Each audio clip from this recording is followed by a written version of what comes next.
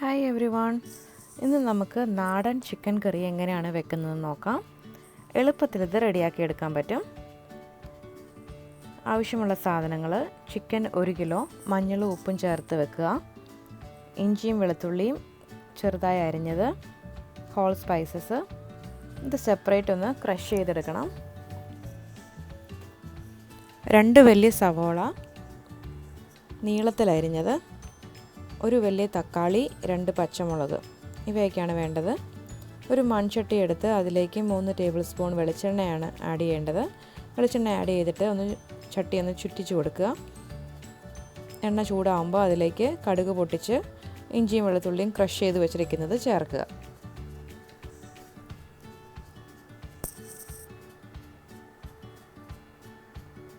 ഒരു brown colour ആവണം, അതുവരെ നന്നായിട്ട് വഴറ്റി കൊടുക്കുക. മീഡിയം ഫ്ലെയിമിലിട്ട് വേണം കുക്ക് ചെയ്യാൻ. ഈ ഒരു പരുവത്തിൽ അരിഞ്ഞു വെച്ചിരിക്കുന്ന സവോള ചേർക്കുക.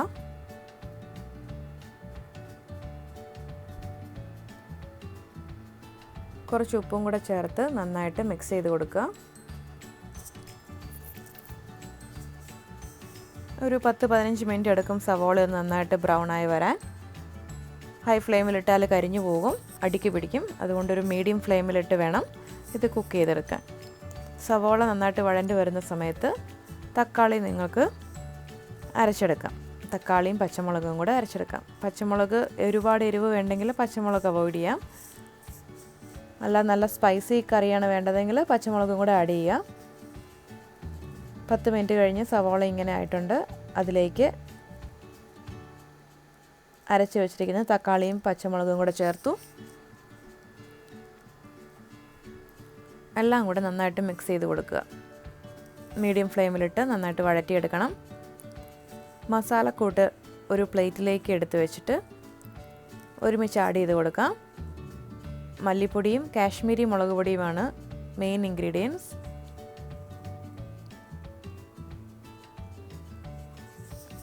ഡീറ്റെയിൽസ് ഞാൻ ഡിസ്ക്രിപ്ഷൻ ബോക്സിൽ കൊടുത്തിട്ടുണ്ട്, അത് നിങ്ങൾക്ക് ചെക്ക് ചെയ്യാം. അത് നോക്കിയാൽ മനസ്സിലാകും നിങ്ങൾക്ക് എന്തുമാത്രം ആഡ് ചെയ്യണമെന്ന്. എല്ലാം കൂടെ ഒരുമിച്ച്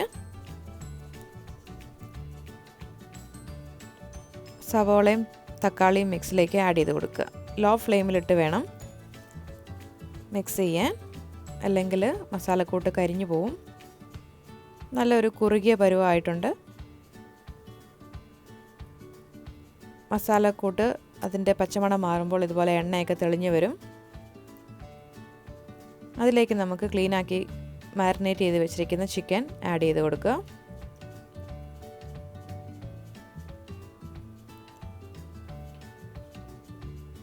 എല്ലോട് കൂടിയ ചിക്കനാണ്, മീഡിയം പീസസ് ആയിട്ട് കട്ട് ചെയ്തേക്കാണ്.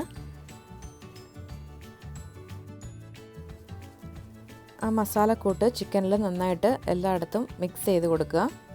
എല്ലാ പീസസിലും എത്തണം. ലോ ഫ്ലെയിമിലിട്ട് വേണം മിക്സ് ചെയ്ത് കൊടുക്കാൻ.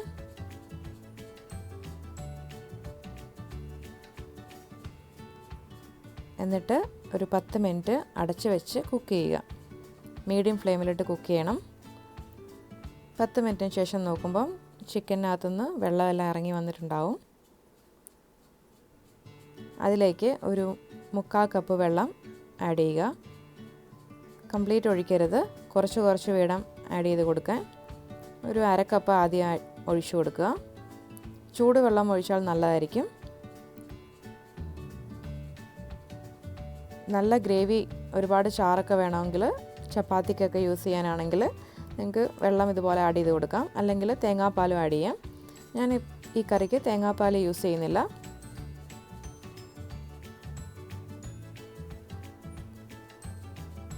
ചൂടുവെള്ളം തന്നെ ആഡ് ചെയ്ത് കൊടുക്കുക.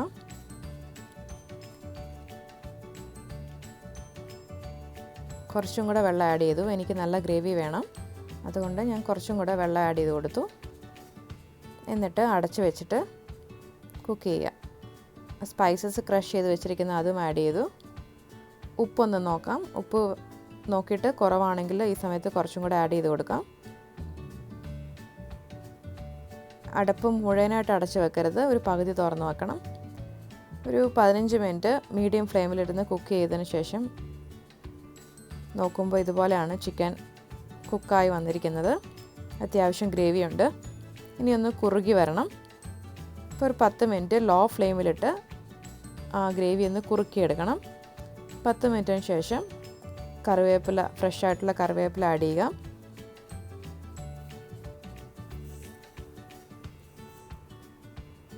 നാടൻ ചിക്കൻ കറി റെഡി ആയിട്ടുണ്ട്. എല്ലാവരും ഇതൊന്ന് ട്രൈ ചെയ്ത് നോക്കണം. നല്ല ഈസി റെസിപ്പിയാണ്. Thank you.